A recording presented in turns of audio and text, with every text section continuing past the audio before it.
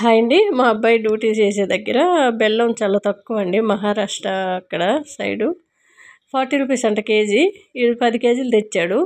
అట్లానే KG బెల్లమైనా పాకమైనా same rate అంట, 40 rupees అంట. ఇక అందరూ క్యాన్లో పోసుకెళ్ళిపోతారంట పాకం. ఇక బాటిల్ లేక వాటర్ బాటిల్లో పోసి తెచ్చాడు 1 లీటరు. చాలా బాగుంది. పిల్లలకి చాలా మట్టుగా చపాతీ కానీ బ్రెడ్ కానీ అలా ఇచ్చేటప్పుడు ఈ పాకం అప్లై చేసి ఇచ్చినట్లయితే పిల్లలు ఇష్టంగా తినేస్తారు. షుగర్ బదులు ఇది బెల్లం అయితే చాలా ఆరోగ్యానికి మంచిది. అంతేకాదండి, ఇక నిమ్మకాయలు కూడా తీసుకొచ్చాడు. అక్కడ చెట్లు ఉంటాయంట కానీ కింద రాలినా ఎవరు తీసుకోరంట. ఒక కవర్ నిండా ఏరుకొచ్చాడు. ఇక నేను నిమ్మకాయ జ్యూస్ అయితే గాజు సీసాలో స్టోర్ చేసుకుంటాను. ఇది ఎన్ని రోజులైనా ఉంటుందండి. ఇక తొక్కలైతే డస్ట్లో పడేస్తాను. చాలా మట్టుగా అది ఇత్తడి రాగి ఉన్న వాళ్ళకైతే ఆ తొక్కలు కూడా పేస్ట్ చేసుకొని రాళ్ళు ఉప్పేసి చక్కగా తోముకుంటే తెల్లగా వస్తుంది. హాయ్ అండి. టమాటాలు చాలా ఉన్నాయండి. ఈరోజు మంగళవారం, ఇక్కడ మాకు సంత కూడా అవుతుంది. అందుకని నేను చారు అయితే చేస్తున్నాను. టమాటా రసం, మిరియాలు, జీలకర్ర, ఎల్లుల్లి రెబ్బలు వేసి కచ్చపచ్చగా దంచుకొని టమాటా ముక్కలు, పచ్చిమిర్చి, కొద్ది రాళ్ళుప్పు, పసుపు వేసి మీకు ఎంత రసం కావాలో అన్ని వాటర్ వేసుకుంటే సరిపోతుంది. చాలా టేస్టీ రసం అండి. అట్లానే పోపు గరిటలో కొద్దిగా పాలమిగడ, వాము, మెంతులు, జీలకర్ర, ఆవాలు, మనకి సోంపు కొద్దిగా వేసుకుంటే చాలా టేస్ట్గా ఉంటుంది.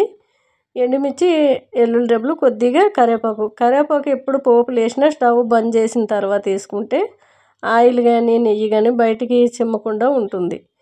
లేదు వేడివేడిగా కింద మంట ఉండేటప్పుడు కరివేపాకు వేస్తే ఆయిల్ అంతా బయట స్టవ్ అంతా అవుతుంది. ఒకసారి స్టవ్ బంద్ చేసినాక మీరు కరివేపాకులో వాటర్ లేకుండా చూసినట్లయితే ఎప్పటికీ ఆయిల్ బయటికి చిమ్మదు. చాలా టేస్ట్గా ఉందండి.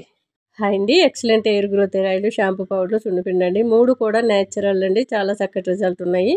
1/2 లీటర్ బాటిల్స్ అయితే అయిపోయాయి. ఈరోజు మళ్ళీ తీసుకొస్తాను. ఎవరికైనా కావాలంటే పెట్టుకోవచ్చు. 1/2 లీటర్ ఎక్కువ తీసుకుంటున్నారు. 100 ml 200 ml అండి. ఇవన్నీ కూడా బుక్ అయిపోయినవే.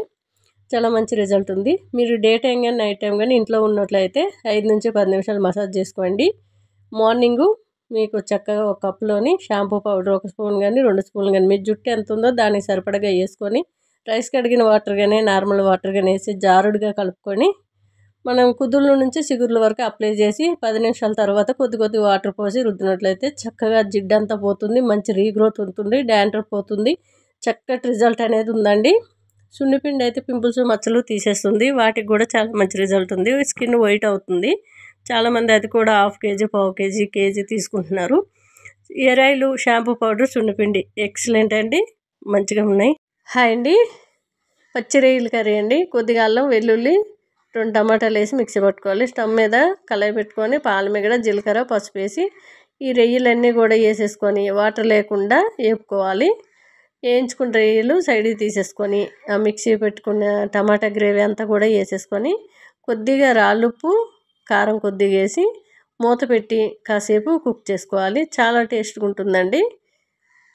వేరే గిన్నెలో కొద్దిగా జీలకర్ర, మెంతులు, మిరియాలు వేసి వేయించుకొని ఇట్లా పౌడర్ చేసుకోవాలి. చూసారు కదా, మనకి టమాటా చక్కగా కుక్ అయిపోయింది.